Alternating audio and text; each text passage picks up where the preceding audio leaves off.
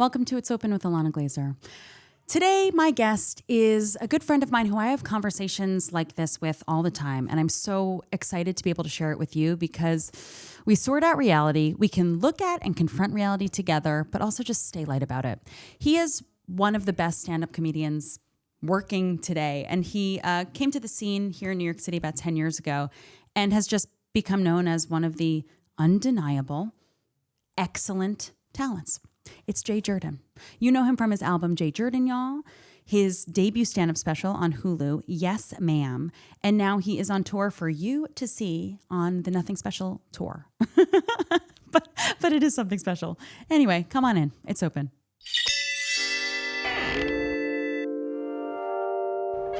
Okay, so what happened today? What happened today? Okay, there's talk of the FCC chair and Trump basically saying that they want to look into seeing if it's okay or permissible or like hazardous to have non-binary and trans representation in TV shows for children under 12. So they like essentially ripped off another layer of the actually we're just going to be very transphobic mask. And it's so upsetting because I saw this news and then one of my first reactions to this news was to be like, okay, that's why I say jokes about trans people are never just jokes. It always informs the public and trickles back down to harming actual trans people. And what's crazy is that anyone who says, oh, they're just jokes, they have to also somehow say, oh, that the fact that legislation is being passed after there's been an environment created where these jokes are not only comfortable, but people are seeking them out, that legislation, that's just a coincidence. And it can't be. Right. It just can't be. It does the bidding for the policy to happen. It makes it normal. And also, like, what I don't think lands always for people is trans people are so othered culturally and then in policy. People don't realize that they are just the scapegoat to climb whatever ladder of manufactured hierarchy to get to you, whoever you are. Hey, guess what? They didn't take your job away from you. They aren't the reason your hours got cut at the plant. They aren't the reason that big company didn't decide to move to your city. They aren't the reason you don't have healthcare. They aren't the reason you don't have public transportation. They actually experience harm by not having those things to an even greater degree than you. Ooh. As a person who's not trans, as a person who doesn't know a trans person, you are experiencing arguably 1/10 of what these people are going through in America right now. And that's like, especially as a comedian right now, as a queer person, and I know like I harp on this a lot, but if you can at least say, hey, these individuals who I love, some of these individuals who are so helpful and so philanthropic and give back to their community 100-fold. If you think these people are bad just because they put on different clothing than you, just because their identification, their expression is a tiny bit different than what you're used to, what are you doing with your time? I just listed all those problems that are much bigger and much scarier. And people are like, nah, it's that very tall, confident lady. That's why I'm messed up. Yeah. And you're like, it can't be her. She's taking care of 3 kids she adopted because their parents kicked them out. It can't be her. Yep.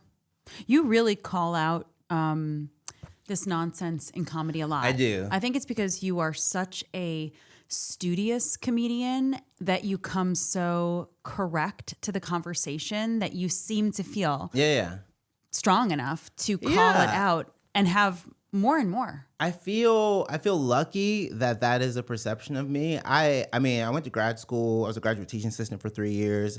I got a BFA and an MFA in acting. So I do love craft and I love performance, but I also love intention and textual analysis. And also I love being able to say, okay, what was the reason behind that? Or like, what could I guess might be the reason behind that? So whenever I'm kind of calling out people who are weird about gender performance and gender identity and expression in stand-up, I just feel like if no one else is gonna do it, I should do it. What are my trans and non-binary friends gonna think if they know I have these convictions and these feelings, but I never say anything? It's a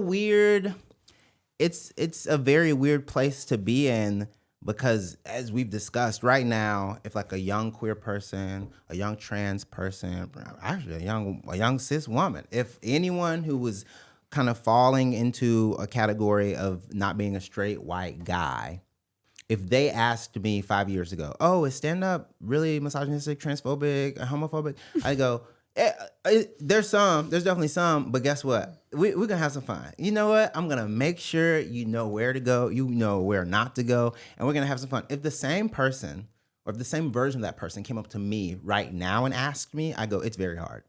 And it's gotten worse, and the internet has enabled some of people's worst impulses and kind of given life to monsters where you can just destroy someone in the comment section, whether it be YouTube or Reddit or Twitter. It's very hard for me to tell people, oh, you should do stand-up, unless they absolutely love it. I always say, if you love it and you really want to do it and you want to do it for a long time and you want to excel at it and you want to crush, do it. It's hard for me to tell people to do it to learn, because the process of them learning might be such an intense hazing and bullying from, all of these evil internet trolls. I don't know if I want to put them through that. I don't know if I want a young queer person to have to go to a comedy club and listen to people laugh about some of the most evil shit and then think, oh, should I even go up? Oh, this crowd does not seem like they would be nice to me. So it's a very weird place to be in right now. Can I walk it back to two things? Yeah. One thing you said is 5 years ago. That's what you said, right? Yeah. The span of the last 5 years has gotten so...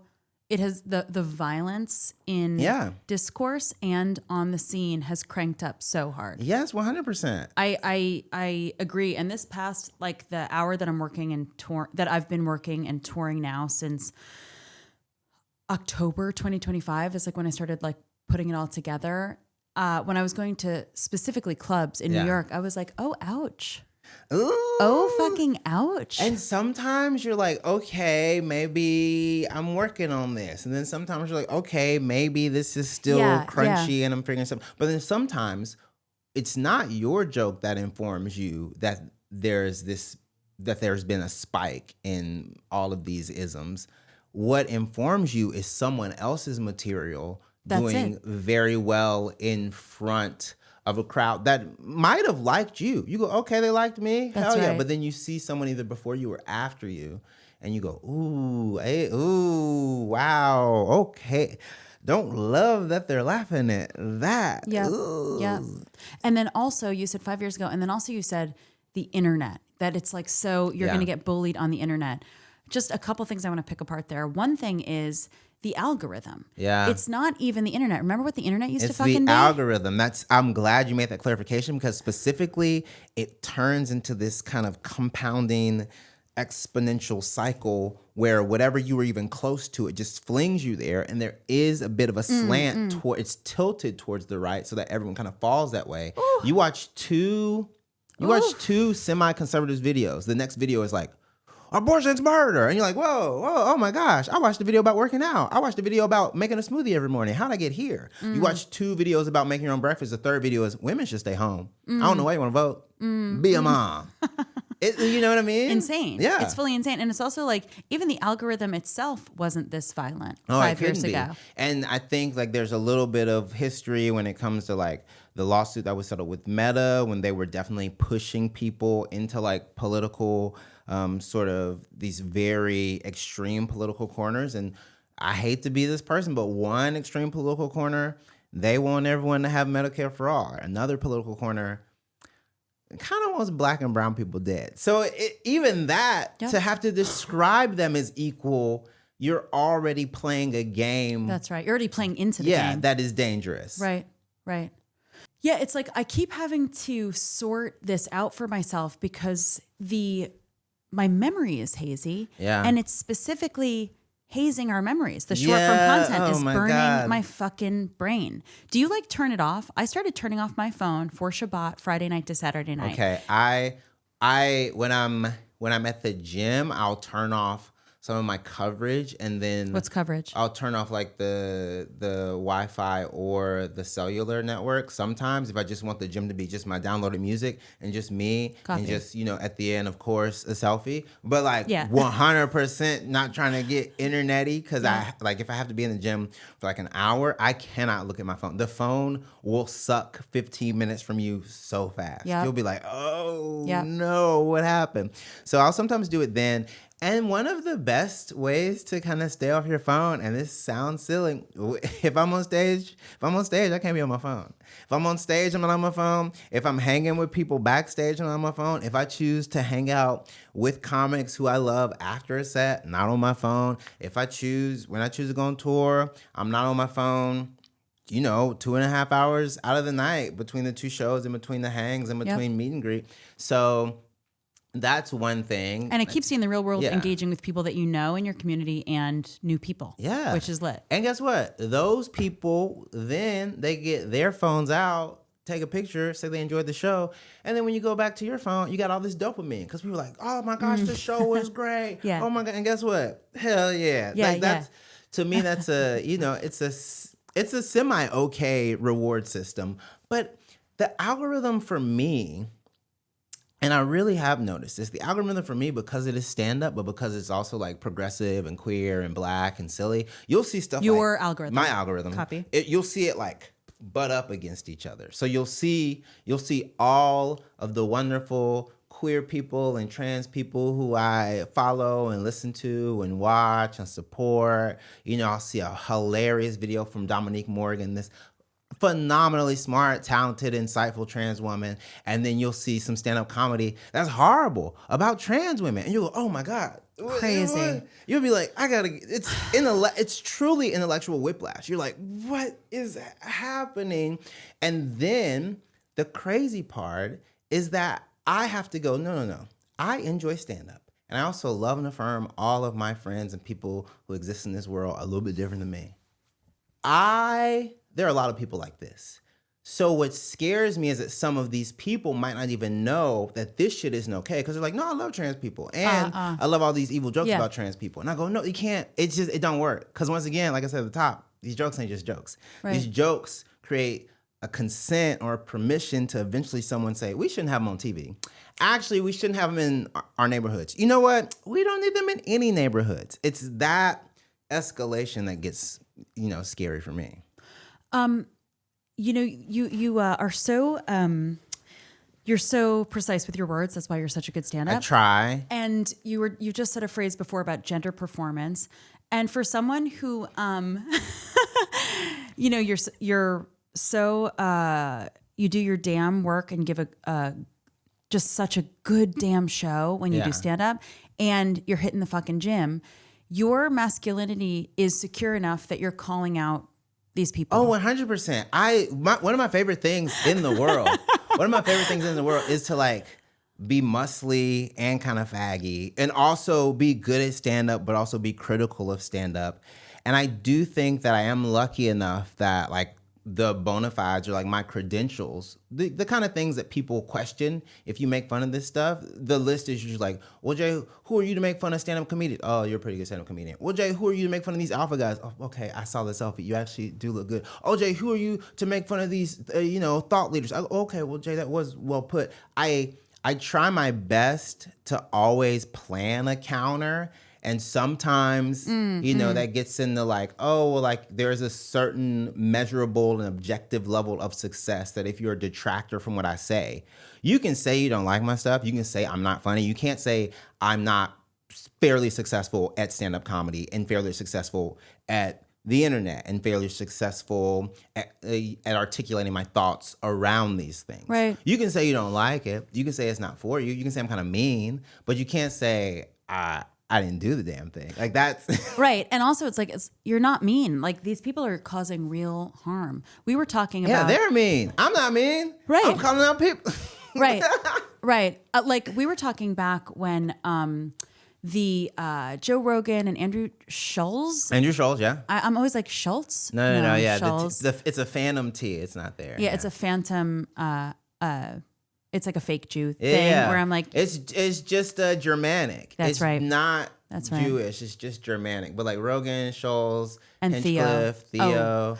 Theo's that's so frustrating. I think this whole thing. I think the thing of are you bad or are you dumb? Yeah. I think these people know exactly what they're doing. I don't think they're dumb. And you know what I'll say? I think a couple of them are shrewd.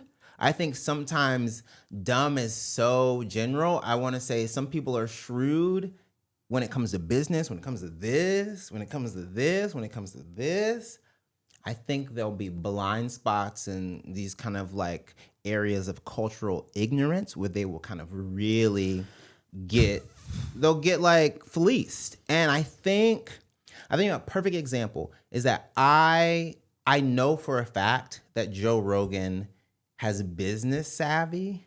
I don't know if he is smart enough to understand not what he's saying, but how he's starting to look. You know what I mean? I think he's smart enough to know what he's saying. Yeah. I don't think he's taken that extra step of going outside of his body and going, oh, God, not I feel bad for what I said, but shit, I'm looking like a huge dummy. Yep. I got to rectify this. Yep. I need to fix this a little bit. Because that's the final missing step. And because as a woman, as a queer person, as a black person, as a Jewish person, as anyone who's othered, one thing you have to do a lot of the times is step outside of yourself and say, wait a second, how is greater society going to perceive this thing I said or this thing I did? And by greater society, we mean straight white men. And some of these straight white men have never had to go, wait a second. Mm-hmm. They've never had to do that thought exercise. So maybe Theo's not as stupid as I like to say he is, but he definitely hasn't taken the final step to recognize that if you say, oh, who's responsible for this? You can't have dinner with Jared Kushner and Ivanka, and you can't have JD Vance on your podcast twice. Didn't he say Nick Fuentes was brave for saying anti-Semitic stuff? And honestly, it's for everybody who knows human rights, to be anti-Semitic is to be anti-Palestinian. Exactly. If you know anything about the history of the Levant, if you know anything about the history of the region, if you know anything about grifters like that, that's right. It is wild to ever say Nick Fuentes is brave. You can say he's stupid. You can say you don't like his shit. You can say he's incendiary. You could even say, unfortunately, caveat, unfortunately, he is popular. For you to say he's brave, and maybe Theo was doing it in that way that a lot of people do now, where they're casually kind of assuming that these kind of voices get taken out. But guess what? These voices don't get taken out now. They get highlighted and they get maximized. They get turned all the way up. So for him to say that and think it's kind of funny, but then also be like, I don't know who's killing all these precious brown babies. I'm like, do you think that avowed racist cares about brown children? And I don't think that he does. And honestly. I don't think that you do, genuinely. Maybe you do because you go, oh, what's this feeling? I don't know what happens to my heart when I see bloody bodies on the news every day. Right. Okay. When I see people experiencing, That's true. A genocide. I think there's a thing that happens to him when he goes, how do I process this?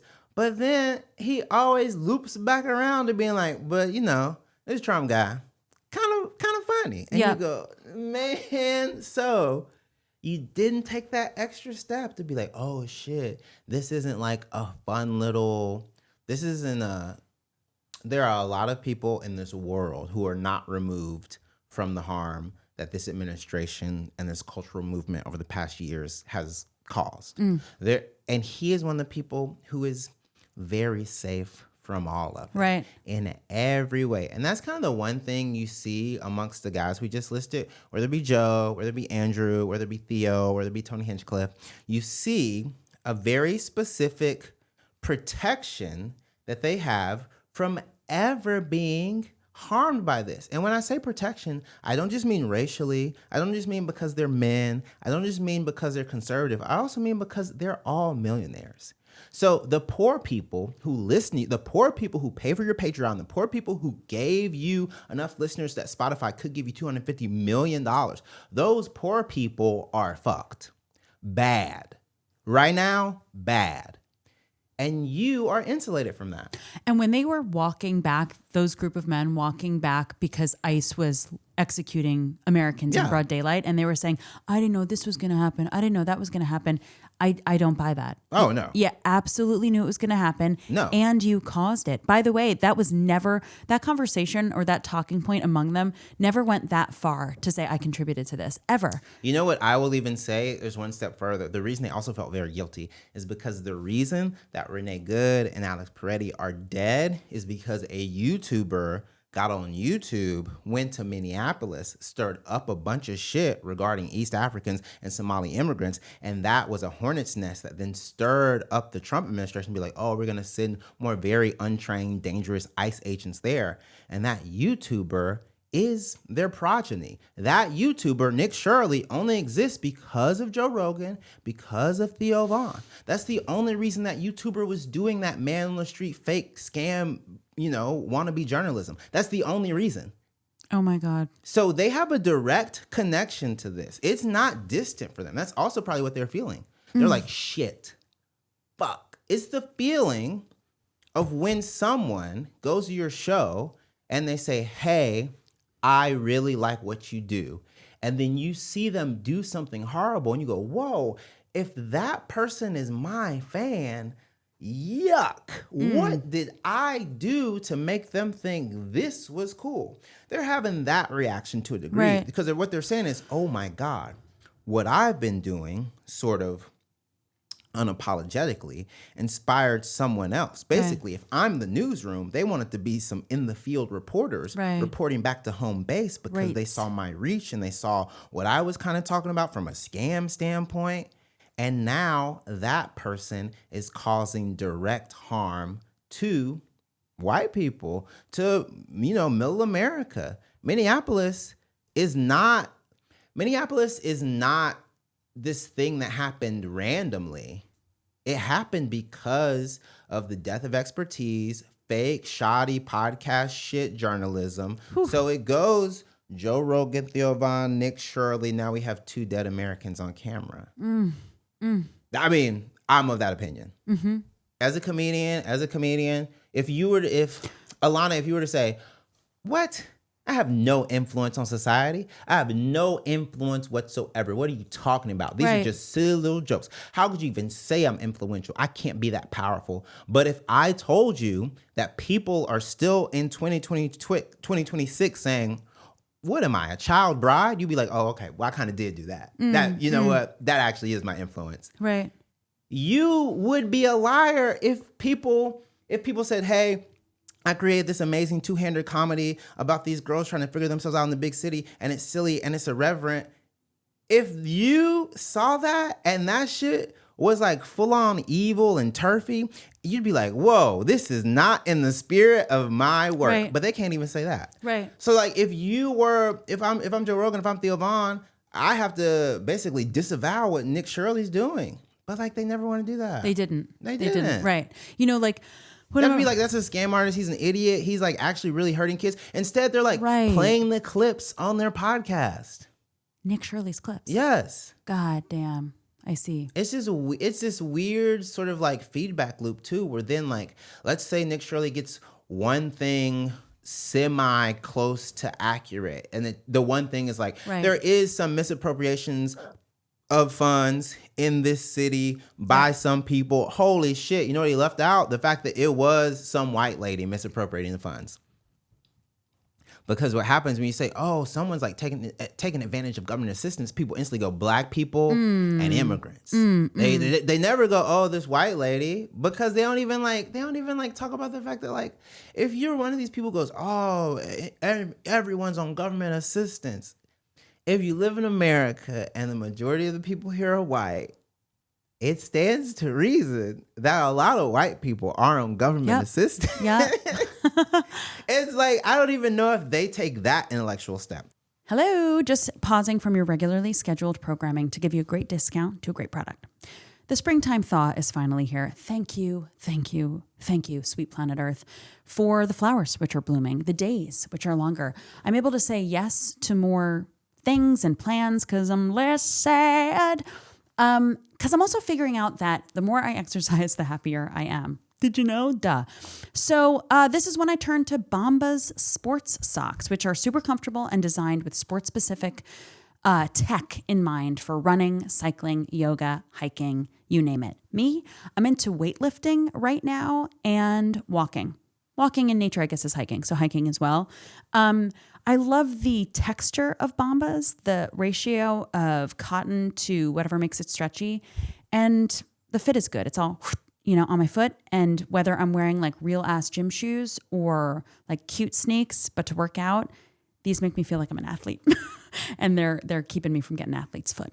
So head over to bombas.com/Ilana and use the code Ilana for 20% off your first purchase. That's bombas.com, bombas.com/Ilana, ILANA.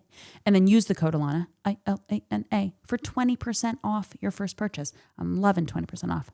Ilana Glazer jumping in here to Ilana Glazer's show. LOL, have you had enough of me? Anyway, I'm jumping in here for the Ground News segment of this episode. If it's open, I'm talking about Ground News. So Ground News is a website and an app that aggregates tons of articles from all around the world and then organizes them into bias, left, center, and right. They'll show you where each outlet is from, who owns it, and whether this is original or recycled reporting. I love it because it makes me feel less emotionally connected to the news and more like I'm a person on a rock that's hurling through space, and I'm just observing like what the news cycle is today and sifting my way through to have some semblance of reality. And what I love about Ground News is that it's subscriber funded. So we are all contributing to sharing a reality together. So let me look at this. There's this headline: Trump renews threat to New York Times over Iran coverage. Okay, that's absolutely insane.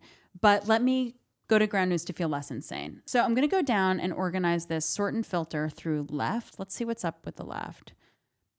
Newser from Miami. Trump threatens New York Times over treasonous Iran analysis. Okay, thank you for single air quotes.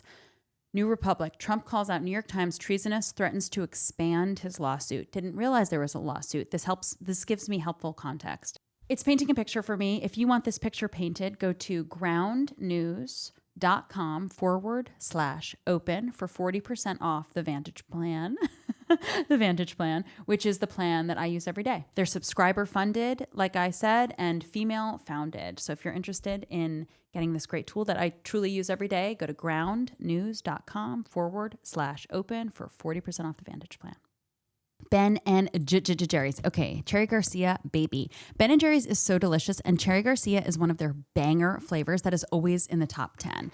So Ben and Jerry's has a top 10 list that they monitor every year, and despite America's aversion to fruit, literally this is what they told me, Cherry Garcia stays in their top 10 list year to year.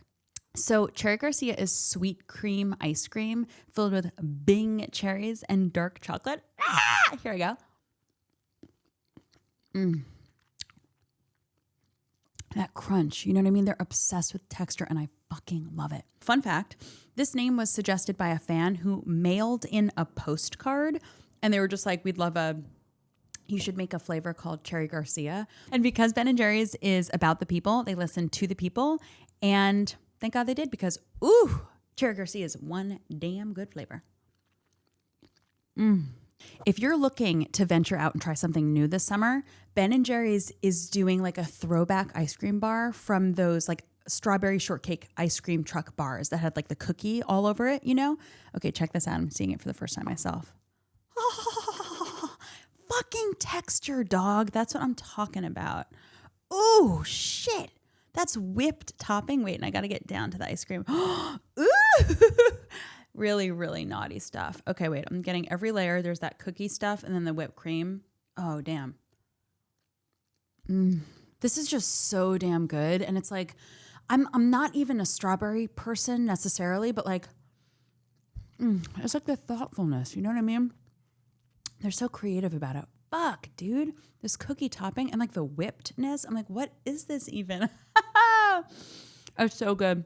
You got to try it. And, it's called Straw-Bay Shortcake. It's coming out right now. Perfect, just in time for summer. Listen, you can find Ben & Jerry's at your local grocery store, bodega, convenience store. But if you're looking for these exact flavors, go to their flavor finder at benjerry.com. I love how they keep it like tight. They're like, not Ben & Jerry's, benjerry.com, bitch.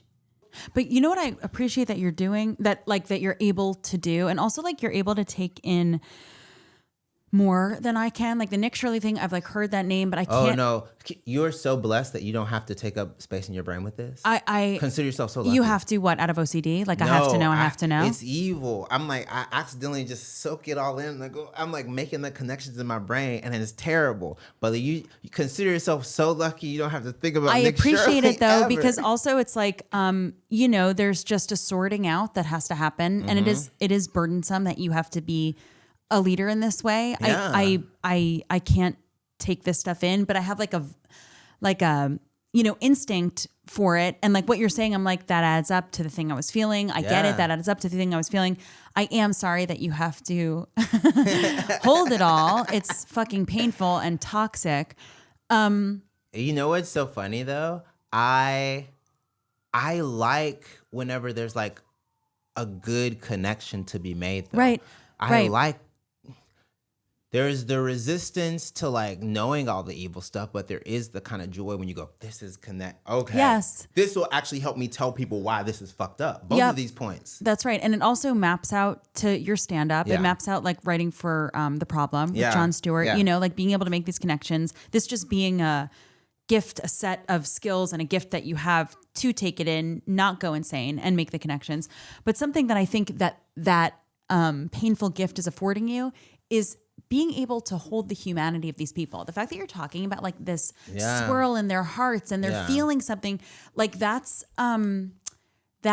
a piece that I lose. And I think that, and I'm like, they're monsters. I be losing it. I lose it too. I lose it quite often. But like to remain, you know, we had James Tallarico on the podcast and he's so legitimately, truly Christian. We were talking so much about faith, and we were kind of talking about like demons and all this, and we kind of broke it down to being like, no, these are human beings, and it's very useful in the fight because it's just human beings. They actually want to dehumanize themselves. Yeah. And they do so successfully because they're all looking so crazy and they're not they're not looking like human beings. They are looking like Dick Tracy characters from the early 90s videos. So many extra hormones. It's crazy. I mean, we talked about that last night. It is funny to be like, these trans people are crazy. Anyway, I need my testosterone shot now. I'm like, and how would you define gender affirming care? Exactly. I would imagine thickening your neck with hormones as gender affirming care. Imagine being like, I'm so sick of these trans women using the bathroom as you pull down your pants to get a T-shot in your butt. That's crazy. It's so crazy. And it's you go to endocrinologists more than these girls do. That's right. You are in the doctor's office more than the dolls. And it's partially like what's giving you millions and millions of dollars. Yes. You're fulfilling this poster. Yes. You're becoming the figure on the poster to make so much money. And for that preoccupation to be with trans girls who are being so violated at every level, and trans men to be violated on. And the wild part about that is these men, not only do they understand the power of men in a sexist society, they understand it so much that they weren't satisfied being a kind of normal man. They said, I can't, in the spectrum of male, right? They had to take it all the way over because they understand your proximity to this alpha male masculine acme, this zenith. You have to be here or else you're not as respected. So wouldn't it stand to reason anyone who is over here on this side of this gender spectrum, don't you understand they're experiencing harm in a way that you never will, because you understand if you know the payoff for being more manly in society is I get more stuff, then from a math standpoint, wouldn't this reaction be equal and opposite? The payoff for being more womanly in society is you get less stuff. But this is the bad or dumb thing. And I'm like, I think they're bad. I think these are, and you know, I think also. They can be both. As a bisexual, you can be both. You can be bad and dumb.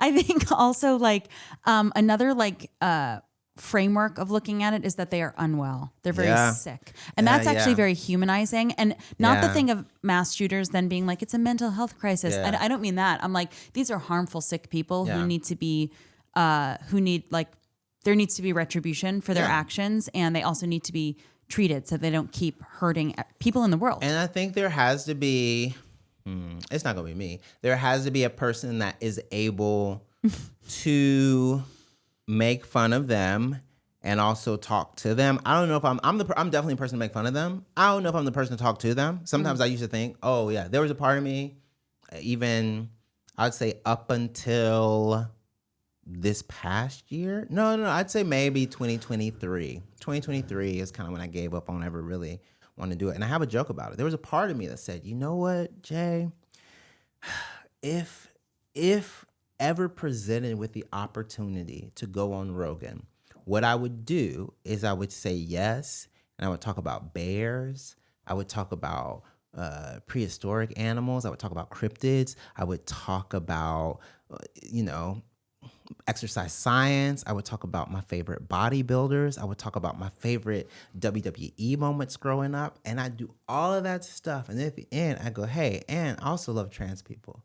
And there would be this beautiful moment where he'd be like, okay, if he can hold space for all this stuff that I love, and if we can talk for 2.5 hours about all this stuff, if we can go on and on about, bears, if we can go on and on about how we both are like amateur primatologists and we love apes, we love animals. Oh, you meant the animal. When it comes to bears, I could talk about Bert and Tom Segura if I want to, but there is a level of hope that I had in my heart. I was like, you know what? Yeah, and then he's gonna be like, okay, Jay, what should I do? But it's just gone now. I don't know. Maybe there will come a day, and this is me being honest with you and not being silly the way I am sometimes on the internet. Maybe there will come a day in the next couple of years where, he's apologetic enough and he feels enough hurt and pain that he's like, hey, I want to talk to some queer people and trans people on this pod. I don't know. But there was that part of me that thought, oh, I could have a really cool animal and exercise and kinesiology chat with Joe and talk about so many things that we have a shared interest. But I could talk about stand-up. I could ask him what Mitzi was like. I can do all these things that really would show just how much shared interest we have. And then kind of Trojan horse in the, please be nicer to my trans friends. I thought I could right now. I don't know if that's the case. Who knows? But that was a hope I held on to for a very long time. And I don't even talk about that much. But now I just have a joke that starts off with a little bit of that about if I would do Joe Rogan or not. And now it turns into something else, very silly, very funny. But yeah, that was a real feeling I held on to for a very long time. As friends, we map shit out a lot, we have these talks a lot. People, this talk happened yesterday and a couple weeks ago with no cameras. Right. So I think we touch a lot on whatever, identity and the way it fucking fits into the reality we're fucking living in right now. And because as comedians, we love going, is this because this, as a person who likes story, as a person who likes narrative, as a person who likes jokes, because jokes are just tension and release. Right. We have to, because we go, how can I make sense of this? This is so frustrating. How can I talk about this? And to your point of the last 5 years, just the dial turning to the right so violently, so hard. It's also so... It's we have to cope and figure out what the fuck are we in right now? Where are we? And because we, as comics, we're also I think part of it is both of us feel a little guilty about what comedy has done to America and what comedy has introduced into the both political sphere, and then that political ideology and that political stuff. It doesn't just stay as theory. It really affects people. So case in point, if me and you want to talk about Chappelle, if me and you want to talk about trans women being a punching bag, this is what happens. It goes from oh, that was a funny joke about trans people by arguably the most influential comedic voice of the past 25 years, to wait a second, oh, I want to make fun of trans people, to wait a second, oh, I want to support politicians who don't like trans people, to wait a second, oh, this law got passed, wait a second, now trans people in Kansas have to turn in their licenses. Turn in their fucking driver's licenses. As a comic, you go, fuck. Because our jokes about people who smoke weed, we don't, we're not seeing stoners getting more and more harsh sentences because we understand, things are going towards a much more accepting place when it comes to marijuana. So to kind of do the opposite, to see that things sort of were headed, they were not there, but they were headed in a place I thought was going to be continued growth and kindness towards trans people. To be a comedian and to see that happen, and to see trans comedians and to see queer comedians and people all over the expansive gender spectrum have fun, and then to see that shit wreck it all, and to see trans women afraid to do stand-up comedy again. Because, like, it sucks. It really sucks when you know super funny trans girls who are like, oh, I would never do stand-up. And you go, I kind of need you to. And they go, nah, what? No, they hate me. And you have to be like, yeah, you're okay, you're right. And like, even more specifically as a Black person, the one thing that I always sort of like try to tell people when it comes to like thinking that transphobia is not their issue, transphobia is something that when you swing that stick that is transphobia, the first cis woman you hit is a Black woman. The first non-trans woman who gets hurt by this society's, continued attack on trans women is Black women. The first person who gets whacked is Serena Williams, Venus Williams, Megan Thee Stallion, Ciara. The first person who is in the line of harm after you get through all these trans people you hate, it's a Black woman over 5'10". That's what happens because her gender performance isn't going to be the same type of woman as a tiny white lady. So you have already started to shrink what it means to be a woman down to this very, very, very tight concept. And those Black women are left out. And that leads to real violence. It leads to people saying, oh, Megan Thee Stallion's a man, when you should be saying, wait a second. No, Tory Lanez shot that lady. Fuck him. Right. It's crazy. Right. And Dave Chappelle making jokes about trans women as a person, and I truly believe about it, as a person who loves Black people. I think Dave Chappelle loves Black people. I think he loves his Black family. I think he loves his Black sister. I think he loves his Black fans. He loves Black art. If you love Erykah Badu that goddamn much, make sure people don't start insulting women who look like her. That's my opinion. Yep. And that's like the hardest thing in the world for me to like get through to some people, because like he knows this, or maybe he just knows Black women are not treated the same, and maybe he can't articulate it, and maybe that connection is the one that's missing for him.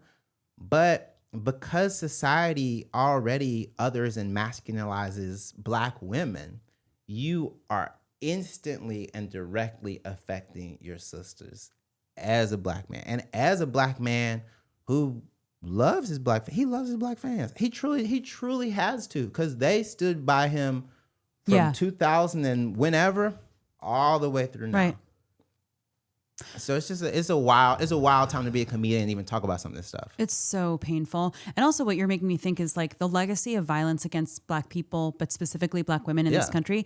Any scapegoat that isn't a Black woman is always a Black woman next. Oh, yeah, yes. Because also when Black women spoke up for Palestinian dignity, they were the first ones to lose their jobs. Yes. Not a Jew who was speaking up against it. When you think about this, anytime a woman loses anything, a lot of the women who lose it first are poor Black women. Right. When you say, abortion access, it's That's always right. going to be That's available exactly in this country. right. No, because guess what? That lawsuit started where I'm from, literally a couple of minutes away from my high school at the Pink House in Jackson, Mississippi. And you know who makes up the residents of Jackson, Mississippi? I think it's 70% Black. So it's directly affecting Black women who lost the ability to have autonomy over their bodies. And then it made its way down eventually to some of these white women. Well, I'm going to end on a high note because I want to ask you two things. Yeah, do it. So we've mapped all this stuff out as we do in our friendship. We have. And I want to ask you, as someone who is secure in his masculinity, what does it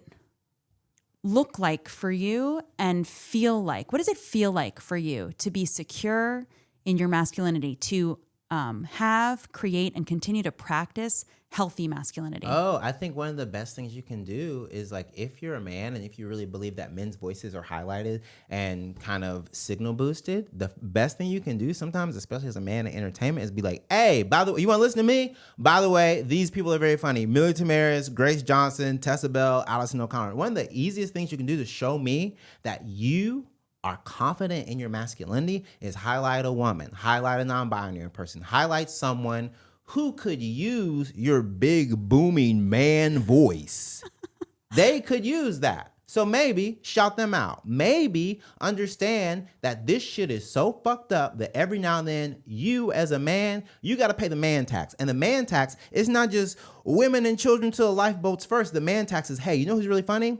The man tax is saying, when I go on the road, I don't want to see a green room where it's 3 dudes.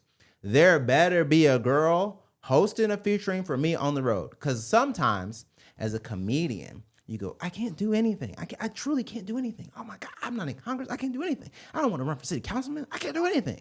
That's one thing you can do. That's one thing I can do. That's what I do. So that to me goes, oh, you're confident. I think the second thing, and this is just as important, wear a Speedo. Men, put a Speedo on. And the reason men don't want to wear Speedos, and this is connected, is because they go, no, but what if these girls are looking at my bits? I go, hey, what's crazy is that every swimsuit for a woman is just that. It's wild that you think they aren't thinking that when they put on a swimsuit. And then they go, no, but these girls, they could wear a t-shirt and shorts to the beach. Okay. So then when your wife does that, don't be mad. Yep. Don't be mad. If you are saying, I don't know why these girls even want to wear bikinis. They could dress like Adam Sandler if they want to. Let them dress like Adam Sandler. That's right. Young women do. Young women, they really do. It's lit. We are in Brooklyn. It's lit. Yeah, at least in Brooklyn they do. Okay, those are 2 great things. That is very healthy masculinity. Yes. Okay, my final thing is, how do you rest? How do I rest? Ilana. Jay. I wish I did.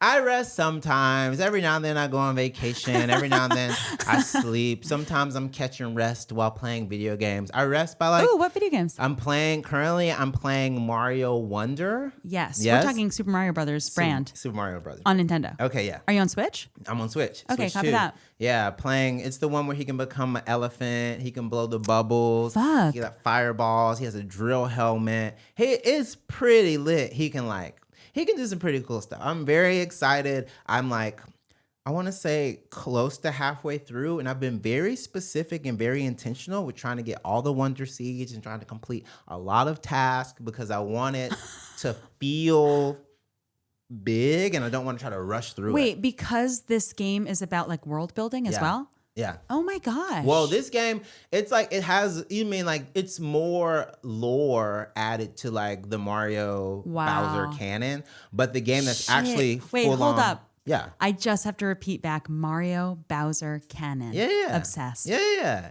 Go on. There should be a whole omnibus of like the story. Obsessed. But I think that the world building games, my husband, he's playing more. So Pacopia and then Animal Crossing. Those are games. Huh. Those are like simulator games. Some Sam Taggart, very funny comedian.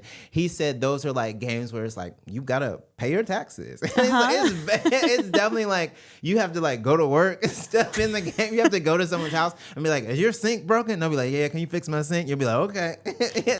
Well, thanks so much for talking to me today. This has been a delight, and we have sorted out a painful reality. We fixed it. And we fixed it. I think we're holding it.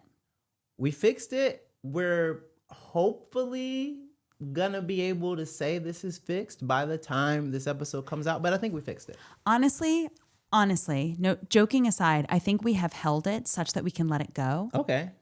And I'm pleased. Okay, good. Was that a worthy addition? No, that's an amazing addition because it frees me. It frees me from having to be like, oh, Jay, you got to figure it out. No, that's Ilana what I'm saying. said we did it. Ilana said we did it. I think we did what we can do within the confines of our human bodies. Well, thanks for coming and talking to me today. Thank you for having me. Oh, Jay Jurden.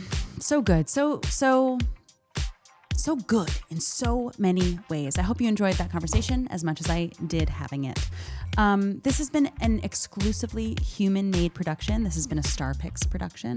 I want to thank the creative team who helped me get here today, and that's David Rooklin, Annika Carlson, Madeline Kim, Glennis Meagher, and Kelsie Kiley. I want to thank HULU Leibowitz for his editing skills and for just making this a package that people want to look at, watch, listen to, and see.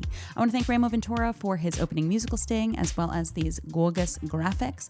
I want to thank the people who made this show look and sound so good today, and that is Kevin Deming, Lexa Krebs, and Christine G.